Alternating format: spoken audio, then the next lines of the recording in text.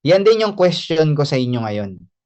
Ano ba yung nabivisualize mo 10 years, 20 years, 30 years from now? Anong nabivisualize mo? Ikaw na bahala dyan kasi hindi naman tayo lahat pare-parehas ng nabivision eh. Diba? Meron yung iba dito ang nabivisualize nila, titira ako sa US, titira ako sa Canada. Diba? Yun yung ano ang tawag doon American Dream eh, diba? Meron bang ganun sa inyo yung American Dream? Yung gusto ko maging American citizen, 'di ba? Gusto ko maging Canadian citizen, gusto ko maging Australian citizen, 'di ba? Meron naman iba, gusto kong umuwi ng probinsya. Gusto ko magpatayo ng bahay, gusto ko ng simpleng buhay. Tama po ba? Meron naman dito yung iba, they aspire huge achievement for themselves. Gusto kong magkaroon ng magandang bahay sa Manila. Gusto kong magkaroon ng ganito, ng ganyan. So, dito po sa I Am Worldwide, specifically, magkakaiba po tayo ng binivision. Tama? So, depende sa inyo kung ano yung nabivisualize nyo. Pero yung vision kasi na yon dapat, ano talaga yung pangdulo na. Alam mo yon yung, eto yung gusto ko sa dulo. Kasi pagka ang vision mo is medyo hindi siya ganun kalaki, babalik tayo dun sa sinasabi ko kanina na baka okay na sa'yo kahit kumita ka ng 300, 400, 500 per day, 'di ba? Kasi maraming tao ngayon ang nawala na ang vision eh, hindi na nangarap, 'di ba? Kumbaga parang ayoko na magkaroon ng sasakyan kasi ang mahal ng gas, 'di ba? Tama po ba? Meron pa ba dito yung nangangarap ka magkaroon ng sasakyan? Kaya lang nung nakita mo yung gasolina, yung diesel, parang wag na lang. Wag po, tuloy niyo yung pangarap niyo, tuloy niyo yung kagustuhan niyo na magkaroon ng sasakyan kasi part po 'yan. Okay ng buhay natin kasi pag wala kang sasakyan, hindi ka ano, 'di ba? Makaka-transport or hindi ka makakapunta kung saan-saan. So, yung sinasabi natin na vision, kagaya po nito, no, yung vision board natin. Yung vision na sinasabi ko, maglaan ka ng vision about I am worldwide. Okay? Ano ba yung gusto mo sa I am worldwide? Baka meron po kasi dito na invite because of the product. Okay? I-visualize mo na maging healthy ka, bukod sa maging healthy ka, i-visualize mo rin na kumita ka. Kasi kahit anong healthy mo, pag na-stress ka sa bayarin, alam niyo po ba, 70 to 80% ng mga tao na nagkakasakit ngayon, it's because hindi sa pagkain, hindi sa lifestyle, kundi sa stress. Mostly ng mga tao ngayon na nagkakasakit is because sobrang stressful ng buhay nila. Imaginein mo papasok ka sa umaga, uuwi ka sa gabi. Papasok ka ng 8:00 ng umaga, 6 AM pa lang nagpe-prepare ka na. Kung normal na nagwo-work ka, 6 AM pa lang nagpe-prepare ka na, 8 AM yung trabaho mo. Sabi ko nga po sa inyo kanina, kung dati 15,000 yung sweldo ko, pinagkakasya ko, what more pa ngayon na 2026, tas 15,000 yung sweldo mo. Magkano na ang pamasahe ngayon? Magkano na ang pagkain ngayon? 'Di ba? So, ito pong pinapakita ko po sa inyo, no? Vision board po ito na kailangan meron kayo. Type 3 nga kung may vision board ka na, kung napagawa ka na ng mentor mo ng vision board. Sa una nakakatawa yan. Kasi para kang nangangarap ng gising. Alam mo yun, para kang hibang ba? 'Di ba na parang mangyayari ba 'to? 'Di ba? So, i-aspire mo mga mens yung rank up. Number 1 yan. 'Di ba sabi ko nga sa inyo, huwag ka matakot na mag-aspire na magkaroon ng sasakyan kahit mahal ang gasolina. Huwag ka matakot mag-aspire na mag-rank up kahit mahirap, 'di ba? Kahit parang wala nga nagjo-join tas magra-rank up pa rin. Isulat mo pa din. I-aspire mo pa din. Tayo po currently Emerald Elite Executive. Sobrang hirap mag-diamond kaya saludo ako sa mga Diamond Elite Executives natin. 'Di ba? Pero nag-a-aspire pa rin tayo na mag-diamond. Kasi kasama yun dun sa goal kasama yun sa pangarap Kasi pagka hindi ka nag-level up ng goal mo, hindi rin magle-level up yung buhay mo, hindi rin magle-level up yung grupo, yung income. So ito pong pinapakita ko po sa inyo, no. Yan, for example, kotse. Meron po ba dito na meron kang gustong first car? Type mo nga kung ano yung gusto mong kotse. May i-share po ako sa inyo mabilis, no. 'Di ba mahal ng gasolina ngayon? Tama, mahal ang gasolina ngayon. Magkano ng gasolina? 100 pesos per liter.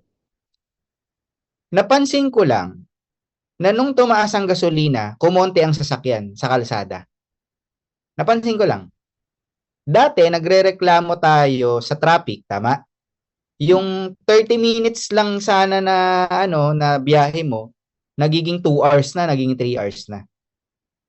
So, imagine mo, yung 2 to 3 hours na yun na nasa traffic ka, ubos din yung gasolina mo, tama? Parang ganun din. Kunyari, 30 minutes na biyahe, 1 litro ng gasolina yung magagamit mo. So, 100 pesos. Dati, ganun din naman. 60 pesos ang gasolina, pero 3 hours ka sa kalsada. Anong nasayang sa'yo? Oras. Tama? Sabi nga, di ba? You can always earn money, but you cannot turn back time. So, kung kaya mong bilhin yung 150 pesos na per litro ng diesel para makabilis kang makapunta doon sa pupuntahan mo, mas gugustuhin na siguro natin yung mahal na gasolina kaysa matraffic ka ng 3 oras. Tama? Kasi mas mabilis eh. Ngayon mga mens, magrereklamo ka lang naman sa buhay kapag ka ang income maliit talaga. Kaya pangarapin talaga natin yumaman. Type mo nga dyan, gusto kong yumaman. Di ba? Kasi tignan nyo mga mensa, do you think ang mayayaman na may pera ngayon, pinoproblema nila yung gasolina? Pinoproblema nila yung nangyayari ngayon sa bansa? Hindi nila pinoproblema kasi nga may pera sila.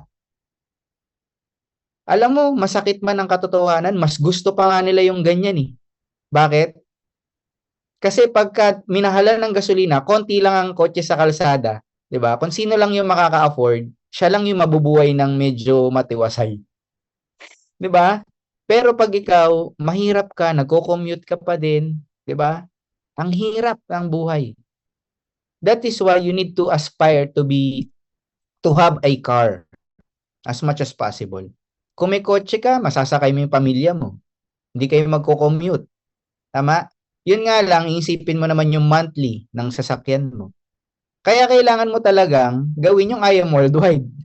Tama? Kasi pagka hindi mo to tinodo, anong pambabayad mo? 'Di ba? So wala ka rin talagang choice. Either you go back to where you are, mag-work ka, magtitiis ka, alam mo yun, yung simpleng buhay na iniisip mo, or mag-aspire ka to be better. Kaya deadly ambition eh. Nakakatakot. Pag nag-vision ka, nakaka-nervyos. Kasi nandun ka na sa proseso na tinatrabaho mo siya, nahihirapan ka na. Tama? So, visualize to have a big team. Visualize to have a pay-ins. Visualize mo magkaroon ka ng mga gamit. Bakit? Kasi pag nagkaroon ka ng mga gamit, like mga maayos na relo, sapatos, ganyan, may improve mo yung sarili mo. Pag na-improve mo yung sarili mo, tataas ang value mo. Again, nahihirapan ka pero ang tumataas na value, ikaw naman. Ano bang gusto mo? Yung nahihirapan ka sa labas pero ang value mo bagsak or hindi ganun kataas? Or gusto mo yung nahihirapan ka sa I Am Worldwide pero yung value mo tumataas? Kaya po kami, kahit makita niyo yung mga top mentors na nandito, kahit nahihirapan na tuloy pa din. Bakit? Kasi nahihirapan naman din sila noon. Nahihirapan din sila magbayad sa nirerentahan nilang apartment, 'di ba? Nahihirapan din sila magbayad ng kuryente nung nagwo-work sila. Nahihirapan din naman sila ngayon magbayad ng kotse, pero at least may kotse sila. Nakikita niyo yung hirap?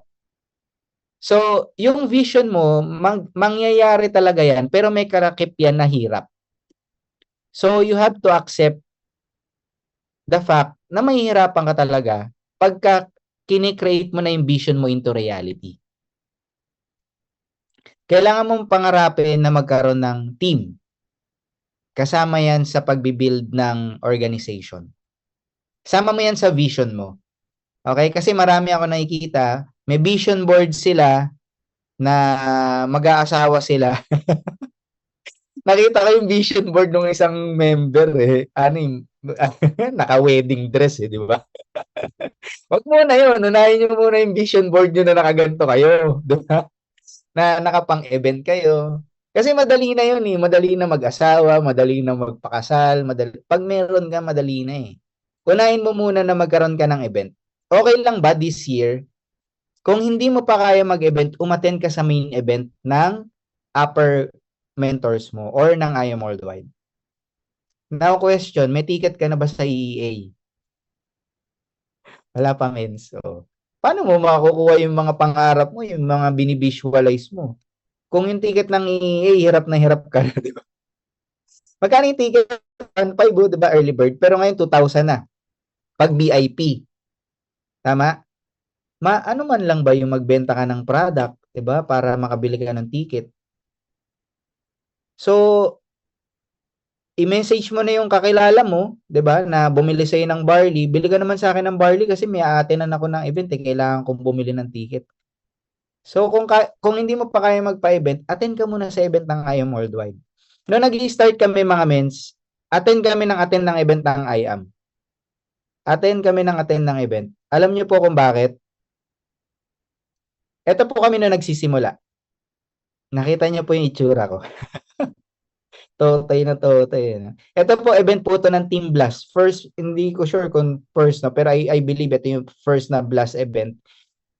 Nung nagbi-build po kami ng team, we need to make sure na uma-attend din sila sa event.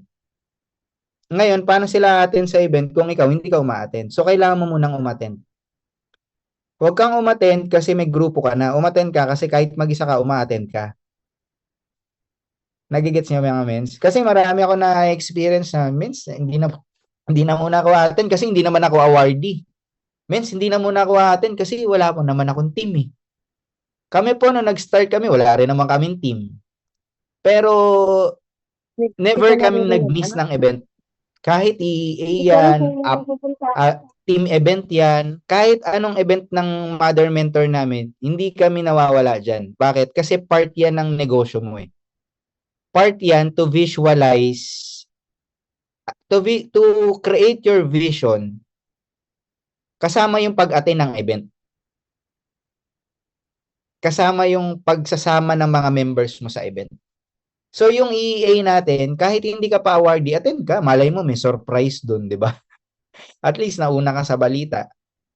Minsan kasi hindi rin okay yung lagi naka-live no?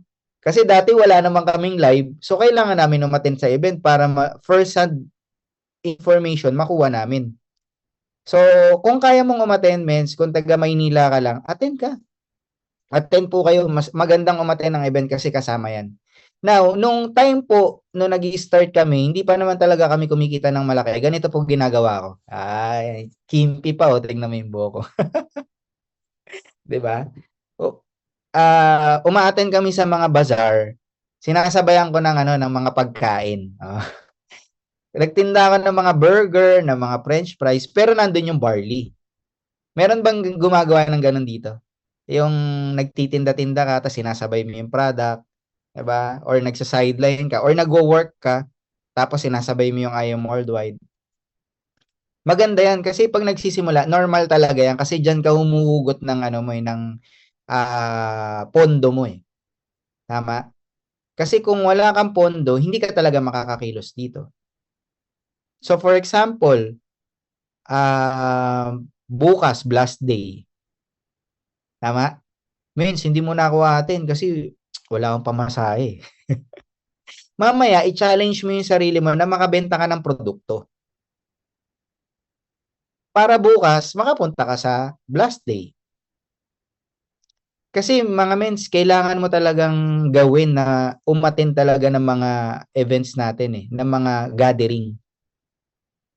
Kasi yung pag-attend ng, imaginein mo to ang laki ng vision mo. Gusto mo magkaroon ng ganito, ng ganyan, gusto mong kumita. Pero yung simpleng event, hindi mo mapuntahan. 'Di ba? Parang sa equation malabong mangyari. So kailangan mo talaga na mag-move. Gawin mo talaga yung negosyo. Umattend ka talaga sa mga gathering ng team. Kahapon po ba nasa Unity Day kayo? 'Di ba? Kung wala kayo sa Unity Day kahapon, sa Blast Day bukas, attend po kayo. 'Di ba? Meron din po tayong Unity IBP, pwede po kayong pumunta doon. So, kailangan nyo talagang bigyan ng time yung I am worldwide.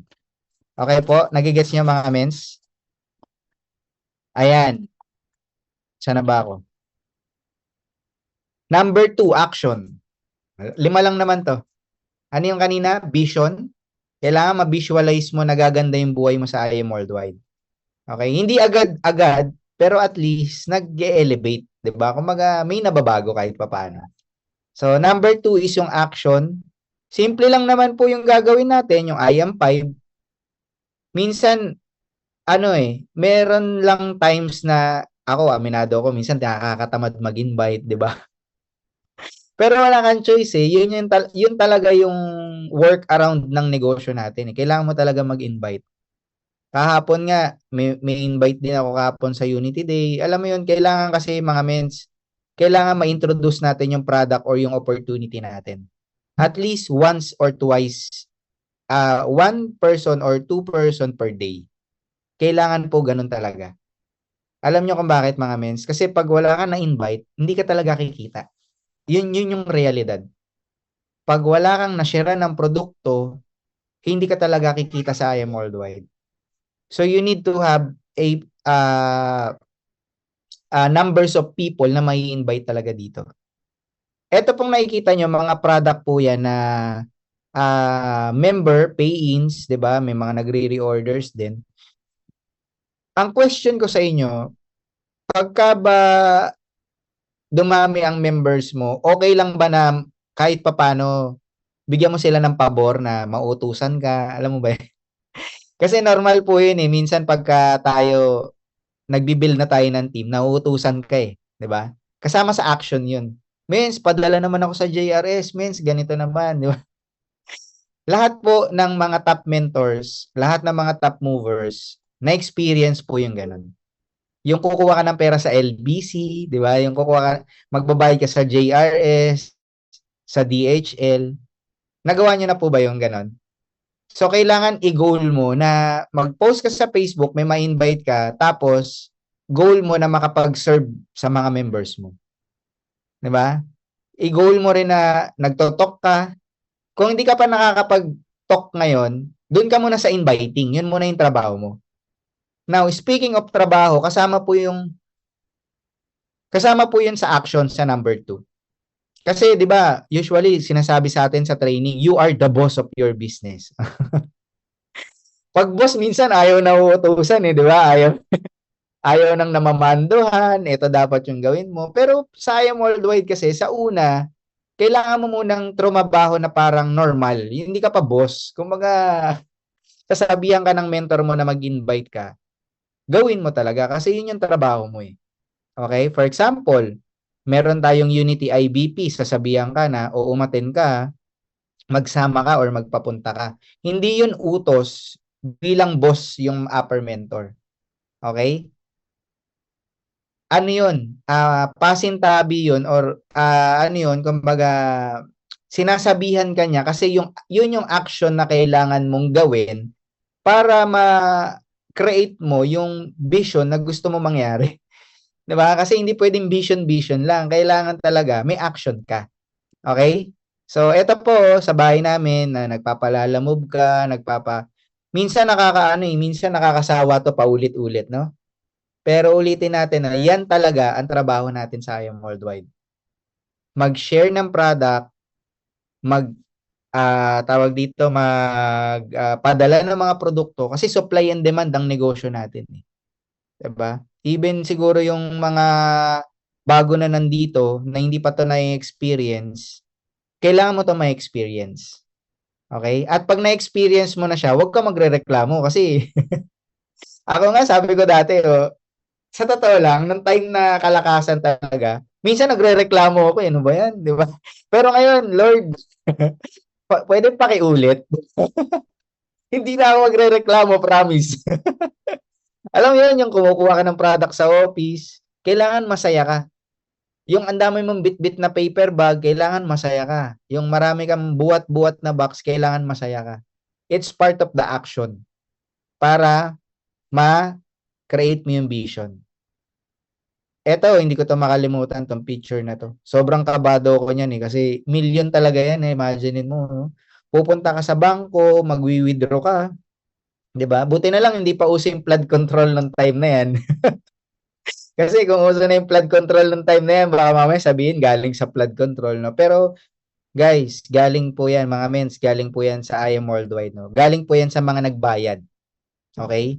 So, kapag ka po meron sa inyong nagbayad, let's say 5,000, 10,000, okay lang ba picturean natin? Picturean nyo. Kasi po, kasama talaga yan sa negosyo natin eh. Meron yung iba nakakausap ko, Mins, ayoko mag-post ng pera-pera, may nangungutang sa akin. Huwag mong pautangin, di ba? Huwag mong pautangin kasi kung papautangin mo yan, ano papautang mo eh, bayad yan sa'yo sa produkto eh. Di ba? Ang purpose niyan, para mapakita mo na pinagkakatiwalaan ka. Okay? Ang purpose niyan, makita nila na may proof of transaction ka.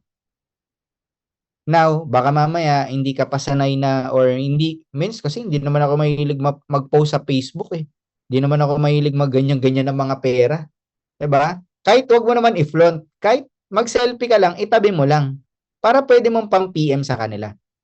'Di ba? Baka kasi mamaya ano eh, talagang para sa iyo hindi ka masyado ma-post ng ganyan, safety purposes mo. Eh di mag-picture ka lang, mag-selfie ka lang. Para pag kami ka-chat ka sa Messenger, pwede mo ma-send na ito yung mga transactions namin. Are you learning mga mens? Natututo naman po ba kayo? Ayan, next naman natin is yung decision. Hindi lahat ng umaksyon nag-decide na agad na seseryosohin to. Okay? Yung iba ano eh, syempre ang gagawin mo diyan, ang decision kasi kailangan firm. Kailangan firm. When you say firm, yung tipong kahit mahirap, yung tipong kahit nagsisimula pa lang kayo, parang hindi mo alam yung gagawin mo, yung parang para sa'yo, parang ano ba talaga to? Para sa akin ba talaga to? You have to decide. Marami kasing mga mentors na nag-decide na noon pa lang na gagawin talaga nila to. Marami rin mga members na nag-decide din na mag-stop muna, magpahinga muna. Yung decision kasi na yun, nasa sayo yun eh. Tama? Pero madalas, yung decision mo, nakadepende rin yan kung sino yung sinasamahan mo. So, pag sumama ka sa mentor na active, yung decision making mo, active din. Tama po ba? Pag sumama ka sa member na inactive, hindi masyadong humahataw or parang walang activity, ganun din yung magiging decision mo. Tama? Kaya, make sure talaga na yung sinasamahan mo is yung circle na talagang todo gawin yung IM Worldwide. Okay? Kasi, pwede kang mag-decide eh, na gusto mo tong gawin, pero nung nakakwentuhan mo na yung mga tao na tinatamad na mag-IM, yung palipas na, di ba? Di ba bago ka pa lang? Tapos nagpunta ka sa office. Di ba? Tapos nakikita mo yung mga nag-uusap-usap doon, may naririnig ka, nahihirapan sila. So, ang gawin mo, sama ka muna doon sa mga gigil talaga. Sama ka muna doon sa mga may production. Kasi naalala ko noon before, pag merong may pay-ins, alam niyo yung tawag doon, yung ano, yung namimiso, yung nagpapahawa. For example, kunyari, Team Titans, nasa office, may pay-in sila. Punta ka, lapitan mo. Means, paano kayo nagpa-pay-in? Diba? For example, Team Fierce, nakita mo nandun. Means, paano kayo nagpa-pay-in? Tanungin mo, paano sila nakapagpa-pay-in? Ganun yung sa amin dati. Ngayon, wala na eh. Pag may pay-in, nagpi-picture, means pwede pa picture. Di ba? Pipicture, di ba? Pipicture, tapos aalis ka na. Try mong ano, magkaroon ng conversation sa kapwa mentor mo or sa kapwa member mo kung paano sila nakakuha ng pay-in. Nawala na kasi yung ganong habit eh, kasi dati ganon kami. Vince, paano kayo nagkaroon ng ganyan? Diba? Nilalatag pa nila yung pera doon sa lamesa. Oh, meron pang time na nakikipicture kami. Vince, pwede ako makipicture. Nandun sa cashier, tapos ang kapal ng pera, nakikipicture kami. Tapos makikiselfie kami, kahit hindi sa amin yung pay-in, para at least may pamposting lang kami. Bakit? Kasi nag-decide na kami na gawin eh. Hindi perfect ang everyday life natin. There are times na wala kang activity. There are days na wala kang activity. Tama? Pero make sure na nag-decide ka na everyday magpo-post ka sa Facebook. Everyday meron kang activity. For example, meron kang picture na nasa office ka kahapon, i-post mo. May picture ka na nagpadala ka ng product, i-post mo. Alam mo yung decision ng isang member, malalaman mo kung nag-decide na siyang seryosohin ng IAM, puntahan mo yung Facebook wall niya. O, yan ang technique Puntahan mo yung Facebook wall ng downline mo. Pag yung downline mo, nakita mo na 80% ng Facebook niya is IAM worldwide. Ano na to? Dahan-dahan na to na nagde-decide na gawin niya talaga yung IAM worldwide. Kasi kami, dati, hindi naman IAM yung pinopost namin eh. Pero nung nag-decide na kami mag-IAM, wala na kaming choice. Kailangan everyday may activity kami. Okay? So imagine mo, ganyan yung itsura ko dati. Di ba? Nag-decide ako na umalis sa trabaho kasi syempre pagod na din ako eh. Diba? May nakausap nga ako kagabi eh. Pagod na daw siya doon sa trabaho niya. Pagod na ako talaga, means gusto. Sabi ko kung pagod ka na, edi mag-resign ka na. Kung pagod ka na, edi try mo nang seryosohin yung IAM. Kasi lagi nga namin sinasabi, IAM Worldwide will be your main source of income pagka umalis ka na sa trabaho mo. Ang IAM Worldwide, nag-decide naman ng BODs na gawin tong pang matagalan eh. So, bakit hindi mo sabayan na gawin din pang matagalan? So, nung nag-resign ako, build kami nung direct ko, ayan, si Mentor Star, nakapag-build na rin tayo sa Qatar. So, syempre, darating sa point na makaka-build ka, mawawala, makaka-build ka, mawawala. Pero make sure lang na ikaw, hindi ka mawawala kasi nag-decide ka na eh. Sabi nga natin, iba-iba ang profession, iba-iba ang gusto ng bawat tao. So, hindi mo hawak ang decision nila if they will continue or if they will stop or if they will become a product user or kung magbi-build sila. Hindi mo alam. Basta ikaw, decided ka. Okay? Ito po, na-meet ko lang sa Facebook, di ba? They decided to become a business center. Tuloy-tuloy po yan, si Mentor Aliyah, di ba? So, nakabuild din ng team. Hindi rin perfect. Mawawala, magkakaroon, mawawala, magkakaroon. Nakita ko last December yung picture namin. Marami pa rin naman sila. Pero, yun nga, yung mga decided na lang talaga yung natitira. So, the question is, ikaw, decided ka na ba? Decided ka na ba na seryosohin yung IAM Worldwide? Decided ka na ba na in the future maglabas ng sports car? Or natatakot ka pa rin kasi mahal ng gasolina? Diba? Sabi nga hataw lang talaga or pagyaman lang talaga ang katapat para mawala yung mga ganyang isipin mo. Kasi kung may pera ka, hindi mo talaga iisipin yung ganun. Ang sports car na to malapit na matapos. Konti na lang. Kasi nag-decide ka di ba? Kumaga, nag-decide ka na maglabas ng sports car, mahihirapan ka talaga sa monthly niyan. Kumaga, hindi biro. Pero, dahil nga nakakabenta ka ng product, nakakapagpa-member ka, kagaya ngayon mga mens, meron tayong Unilevel, tama? Nakita nyo na ba yung mga Unilevel nyo? Ulitin ko maliit or malaki ang Unilevel mo, be thankful. Yung Unilevel mo, pwedeng hindi ka parehas ng Unilevel mo last year, pero at least meron pa din. Kasi yung iba na nasa labas, walang ganyan, pero ikaw meron ka. Okay?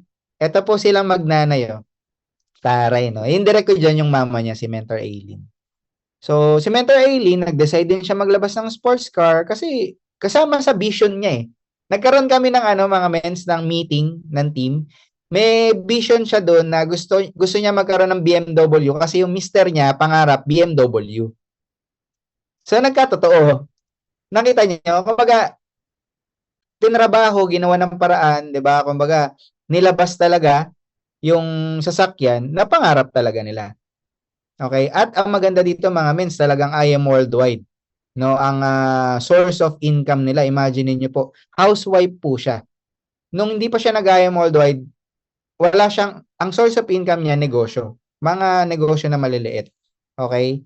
Kumbaga, meron siyang laundry shop, mga ganyan. Pero pag may laundry shop ka, maisipan mo ba maglabas ng ganito? Di ba parang hindi? Maglabas ka na lang ng washing machine, di ba? So, sa IAM worldwide kasi, mga mens, Ang sports car is a tool. Okay? Tool kasi siya. Kaya siya nilalabas, kaya siya ginugol, kaya siya pinapangarap na makuha. Hindi lang siya dahil para ipaglabas ka lang ng sports car, hindi siya ganon. Kasama siya sa programa, kasama siya sa sistema. Now, kung for example, may negosyo po sila construction. Kung nasa construction business ka, ang ilalabas mo truck, tama? Truck, mga heavy equipment. Pero dahil ulitin ko, dahil nasa I Am Worldwide ka, yun ang tanong na marami, bakit sports car? Di ba?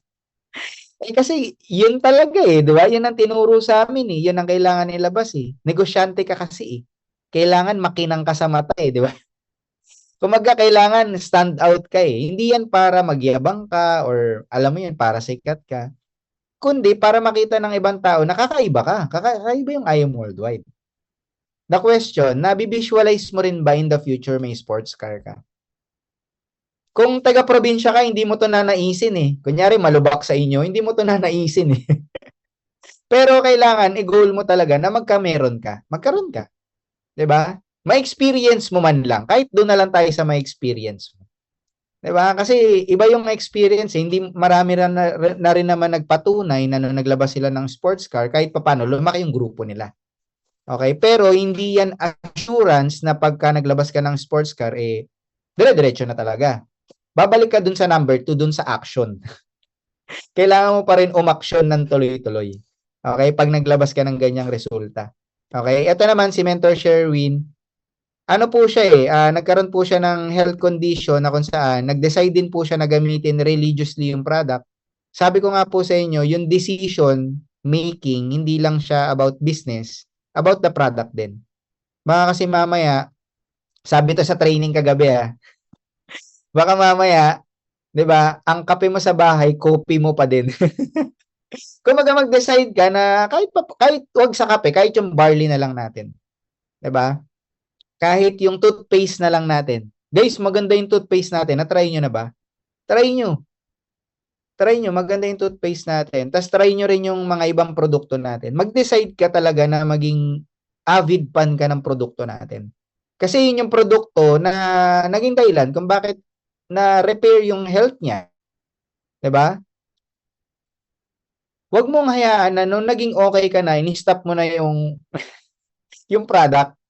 Okay? Kasi kasama yan sa lifestyle So kung may mga members po kayo na, alam mo yon nag-stop gumamit ng product, kamustahin nyo?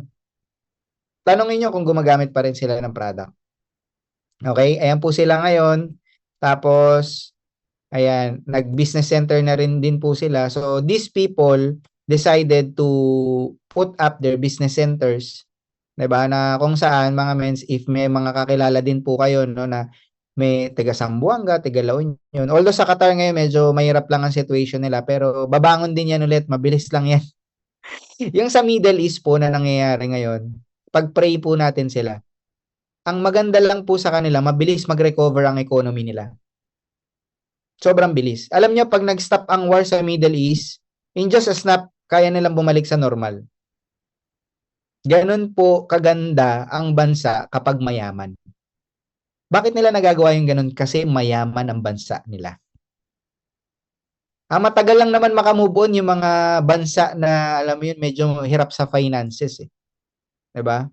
Pero sa kanila, kahit yung sinasabi, 'di ba, na bobomba, nababagsakan ng bomba, although may casualties, pero yung properties, mabilis lang sa kanila yung mens.